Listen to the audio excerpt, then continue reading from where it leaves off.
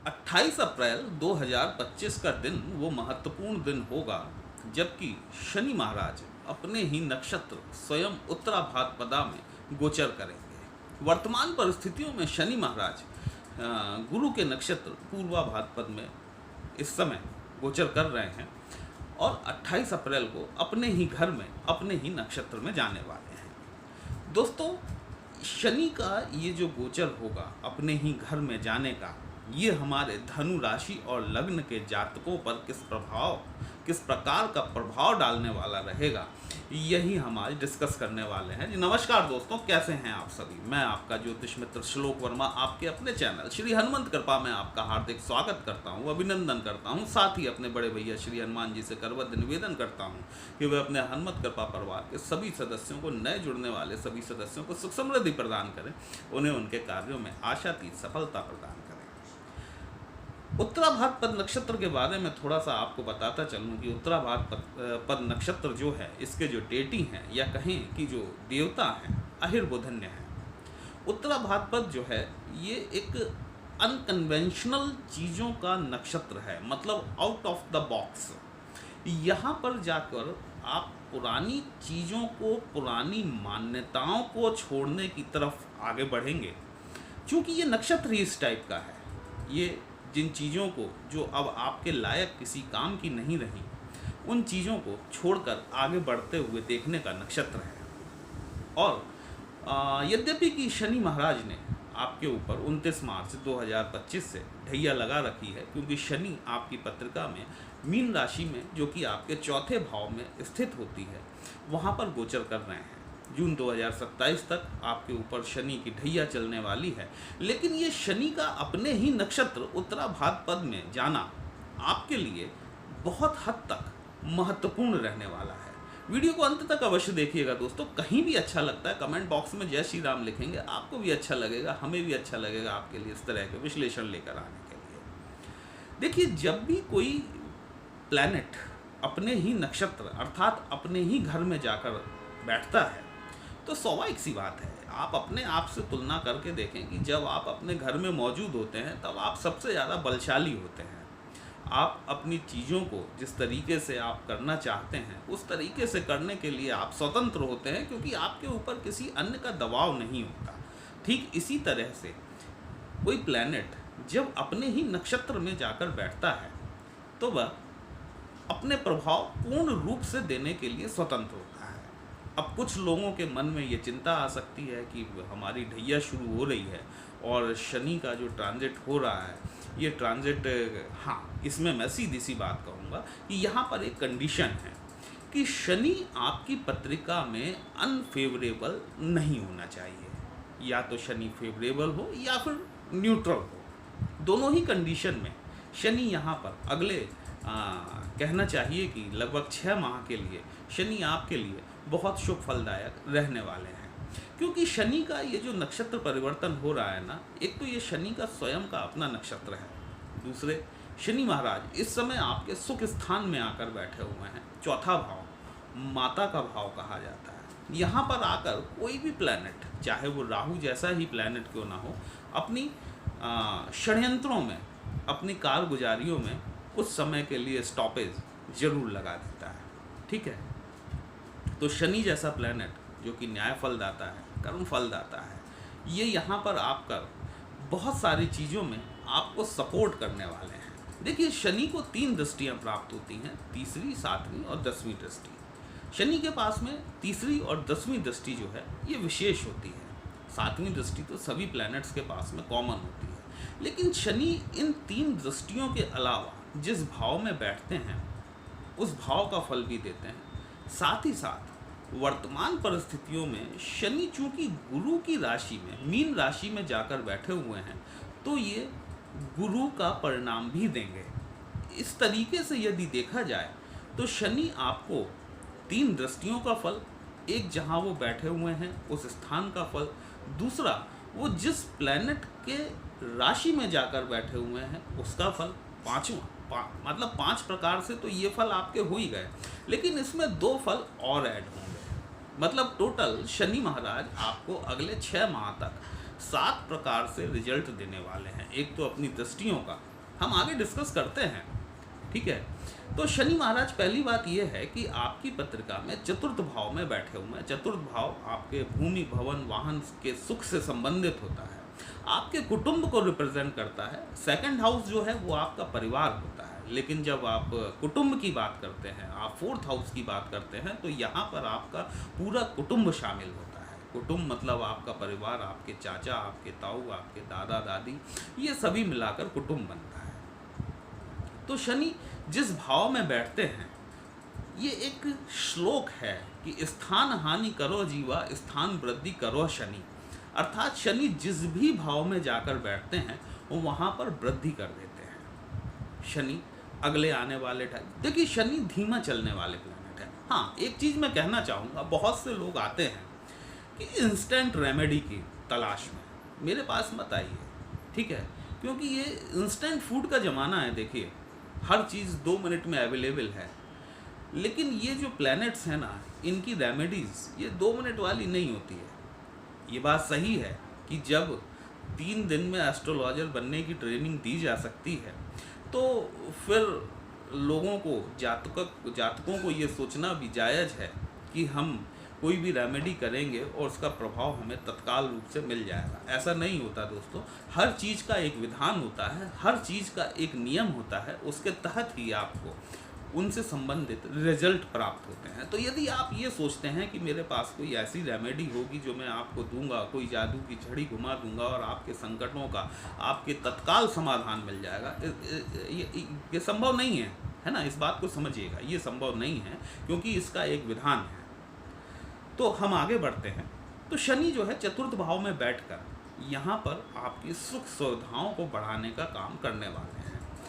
शनि की तीसरी दृष्टि आपके 6वें भाव पर पड़ती है। देखिए शनि, मैंने कहा कि एक स्लो मूविंग प्लैनेट है। कुछ जगहों पर इसका प्रभाव, जहाँ पे ये स्लो मूविंग, कई बार क्या होता है ना कि एक स्लो मूवमेंट जो है वो हमें एक दिक्कत दे जाता है, लगता है कि ये सारी चीज़ें स्लोली क्यों हो रही हैं, लेकिन कईयों बार यही जो स्लो मूवमेंट होता है ना, ये हमें लाभदायक भी होता है, क्योंकि शनि की तीसरी दृष्टि जो है ये आपके 6वें घर पर पड़ रही है। 6वां घर आप जानते हैं रोग, ऋण और शत्रुओं से संबंधित होता है। आपके शत्रु कम होंगे, आपके यदि कोई पुराना रोग चला आ रहा था उसमें कोई सुधार की स्थिति आपको देखने के लिए निश्चित तौर पर मिलेगी, क्योंकि शनि अपने उत्तराभाद्र नक्षत्र में है। देखिए नक्षत्र और प्लैनेट दोनों की संयुक्त जो एक पावर बन रही है, जो एक दृष्टि बन रही है, उसका प्रभाव एक अलग होगा। यदि आप कोई ऋण लेना चाह रहे हैं, यदि आप कोई लोन लेना चाह रहे हैं, शनि आपको लोन दिलाने में बिल्कुल मदद कर सकते हैं। अब शनि की जो 7वीं दृष्टि है, उससे पहले, शनि की 7वीं दृष्टि से पहले आपका जो 5th हाउस है, सॉरी, जहाँ पर ये जो 5 लिखा हुआ है ना, ये आपका भाग्य भाव है।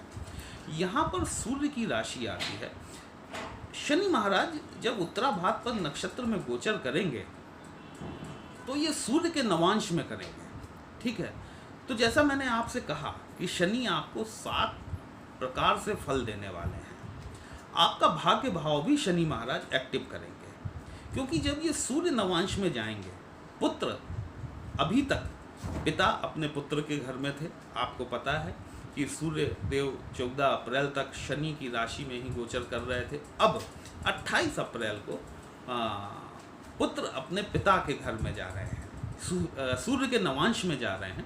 भाग्य भाव आपका एक्टिव होगा, भाग्य का सपोर्ट आपको मिलेगा, ठीक है।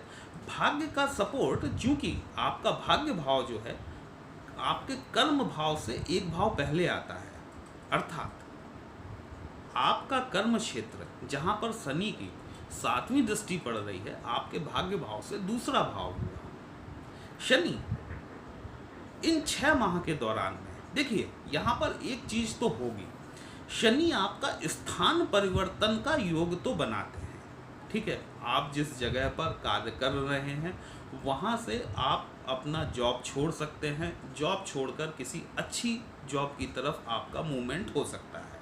क्योंकि क्या है ना, मैंने आपसे शुरुआत में कहा कि उत्तराभाद्र नक्षत्र जो है ये पुरानी चीज़ों को छोड़कर नई चीज़ों को अंगीकार करने का नक्षत्र है।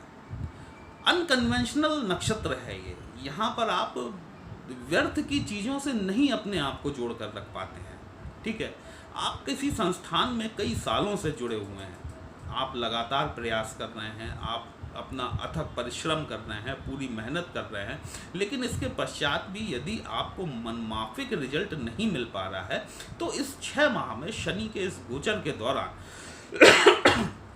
यहाँ पर शनि महाराज आपका स्थान परिवर्तन करा देंगे या फिर आपका जॉब में चेंज करा देंगे। हाँ, यदि शनि आपकी पत्रिका में देखिए शुभ स्थिति में है, तो शनि महाराज जो है आपको प्रमोशन दिला सकते हैं, आपको तरक्की दिला सकते हैं, आपकी वेतन वृद्धि, जिसको कि इंक्रीमेंट कह सकते हैं, वह भी आपको देखने के लिए मिल सकता है।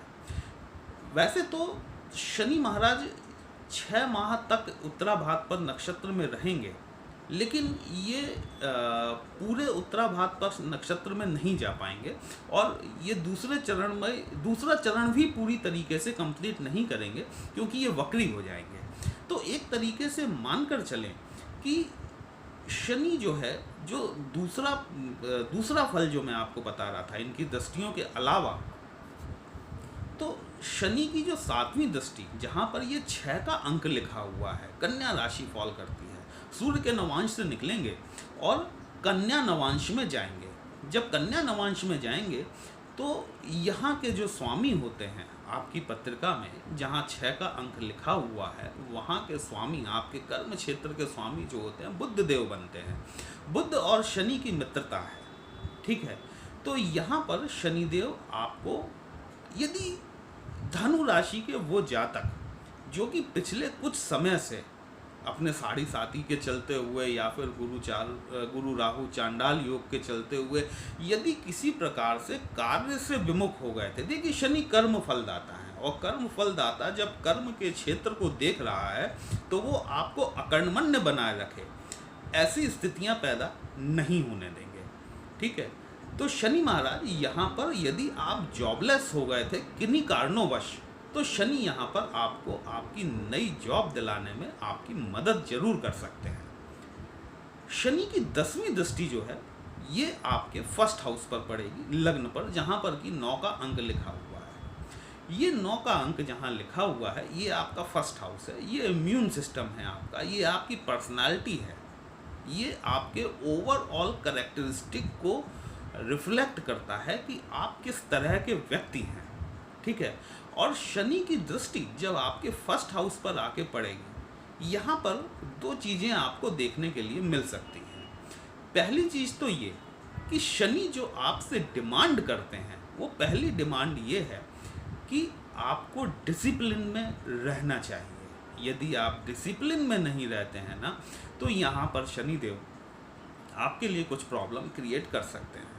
दूसरी चीज़ ये कि फर्स्ट हाउस आपका इम्यून सिस्टम होता है, आपको बीमारियों से लड़ने की जो क्षमता मिलती है ना, ये आपके फर्स्ट हाउस से मिलती है। यहाँ पर ही गुरु की धनु राशि आती है, शनि बैठे कहाँ हैं? मीन राशि में। तो मैंने आपसे कहा कि शनि आपको गुरु के प्रभाव भी देंगे, बस कंडीशन जो है, term and condition applied, star बना हुआ है कि शनि की स्थिति आपकी पत्रिका में शुभ होनी चाहिए, कम से कम अशुभ स्थिति में तो ना हो। ठीक है, न्यूट्रल भी होंगे ना तो भी चलेगा, क्योंकि शनि यहाँ पर अपने हिसाब से रिजल्ट देंगे आपको, आपके गुरु बृहस्पति के हिसाब से, जो कि आपके लग्नेश बनते हैं, साथ ही साथ आपके सुख भाव के स्वामी भी बनते हैं। यहाँ पर शनि महाराज आपको थोड़ा सा पैरों से रिलेटेड समस्या आपको देखने के लिए मिल सकती है इन 6 माह के दौरान, क्योंकि शनि अपने पूर्णतया फुल पावर में रहेंगे, सरकार शनि की है।